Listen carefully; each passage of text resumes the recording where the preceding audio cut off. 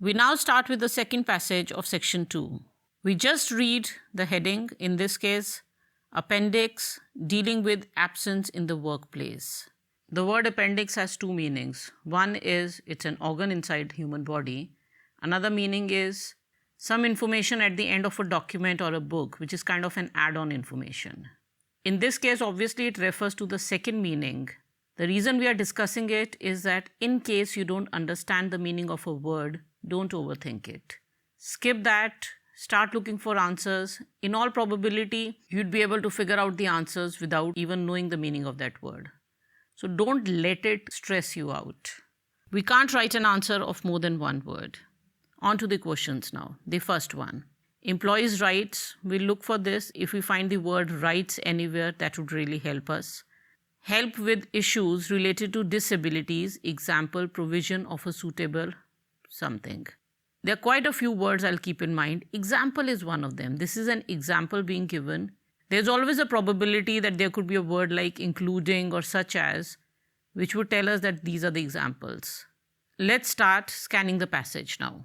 So we start with this. This appendix considers how to handle problems of absence. So what we always do when scanning the passage is read the first few words of a sentence.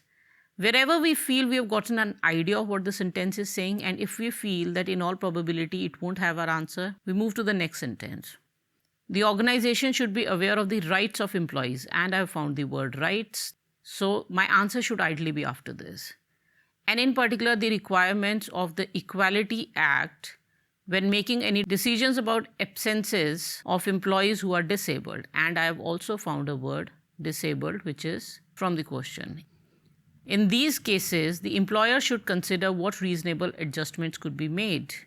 This might be something as simple as supplying an appropriate chair for the use of the employee. Now, this is where my answer is. And although we were looking for words such as including or such as, which would tell us that there is an example, here, this is how the example has been introduced. This might be as simple as, and then there is the example.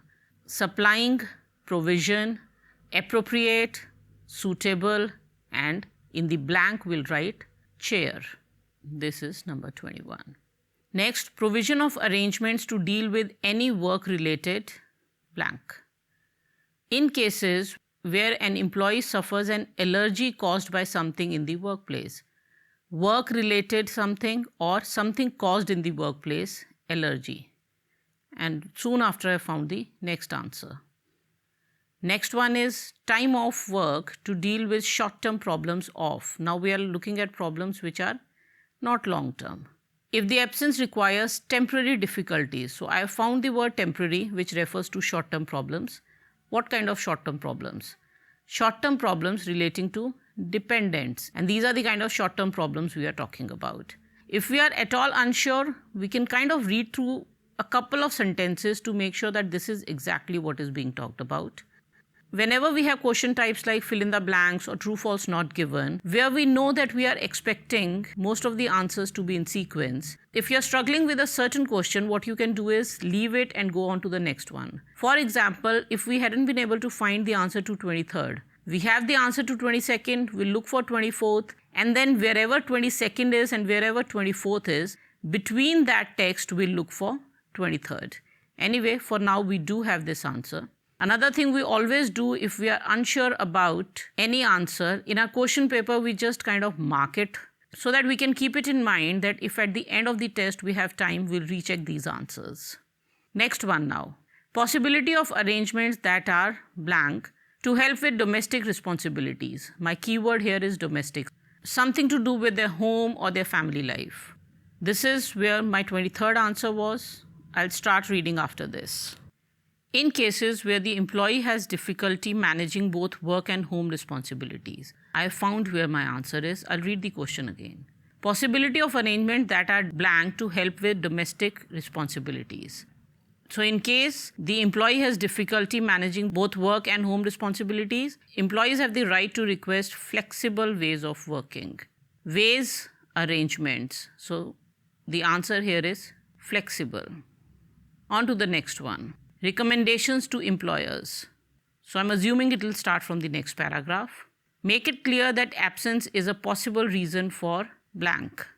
So the employers should make it clear to the employees that leaves could lead to something. So this is what we are looking for. So employers should investigate unexpected absences. Employee should be asked for an explanation in order to show both employee concerned and the other employees that absence is regarded as a serious matter and may result in dismissal. Maybe this is the answer. It is very important that persistent absence is dealt with firmly. Records showing lateness and duration of and explanations for all spells of absence should be kept. If employer wishes to contact employee's doctor for more information, she must notify. Although I'm not 100% sure, but this is the answer which seems to be most probable to me. So for now, I'm going to write it here, dismissal. Next one, ask employees for consent before contacting their someone. So I'm looking for contacting and then consent. Somebody needs to be contacted. So, okay, I found the word contact here.